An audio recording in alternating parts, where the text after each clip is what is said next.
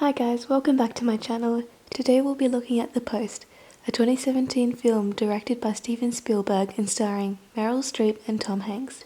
This film is about freedom of the press. Because it was made in 2017, The Post was seen as very timely, being at a time when press freedom is constantly threatened. The movie's relationship to current issues in the world make it significant to the people watching.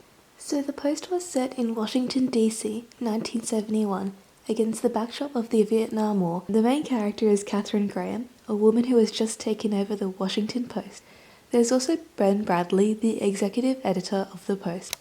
There's Robert McNamara, the former Secretary of Defense, who, according to history, played a major role in escalating US involvement in Vietnam. However, he's also one of Katharine's closest friends. There's Ben Bagdikian, who was a journalist for the Washington Post, who found Dan and wrote the initial articles, and then loads and loads of rich white guys, Fritz, Arthur Parsons, and everyone else on the board for the Washington Post.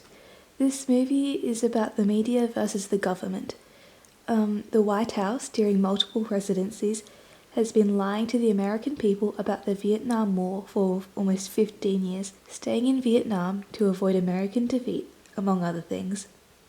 The Washington Post learns about this information and now faces a duty to the people to inform them of this, despite their personal connections to the people in power, the law, and the threat to the company. So how this builds up. At the start of the film, the company is struggling financially, and Katharine is struggling as one of the only women in a man's world. And the New York Times is always better than them, publishing the best stories. They find out about the government secrets in Vietnam first, but then the law becomes involved, and the New York Times gets in trouble for publishing such a big story. So after looking around climatically for a source of information, the Washington Post find it and now have the decision of whether or not they should actually publish the information in it, even though the New York Times already got into trouble. There are so many factors that pile onto Katharine: her being friends with the people in the White House, her duty to the people, the law, the risk to her company, and this all makes her decision really difficult. The peak of the film is basically just chaotic.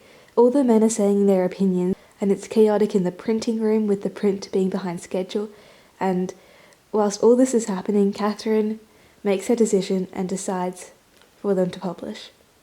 So now they need to face the consequences of publishing such highly classified government material. They get a call from the court since the government thinks it's a threat to the security or something. But it turns out all the other papers in the area have also published, so they have a lot of friends to back them up now. And they go to court, where they may or may not win the case. You'll have to find out for yourself. So now we're going to look at some of the cool film techniques in this movie. Throughout the film, the lighting is used to highlight the differences between Katharine's decisions. On one side, the warm wooden tones are always used when Katharine is with her family and friends. On the other, the scenes at work are always in cold lighting, showing how different the two paths she could take are. It also makes the scene in which McNamara yells at her effective, because being her friend, he should be in the warm tones. But in this moment, all the lighting is very cold, showing her stance in this particular moment. These lighting and colour techniques are effective in conveying the idea of two opposing sides to the audience. In this scene, we have Katharine trying to make some really important decisions whilst a lot of men are trying to give their opinions to her. So in this scene, the camera rotates around Katharine from an upward position, making her seem unsure and vulnerable. As it rotates, we see how alone she is.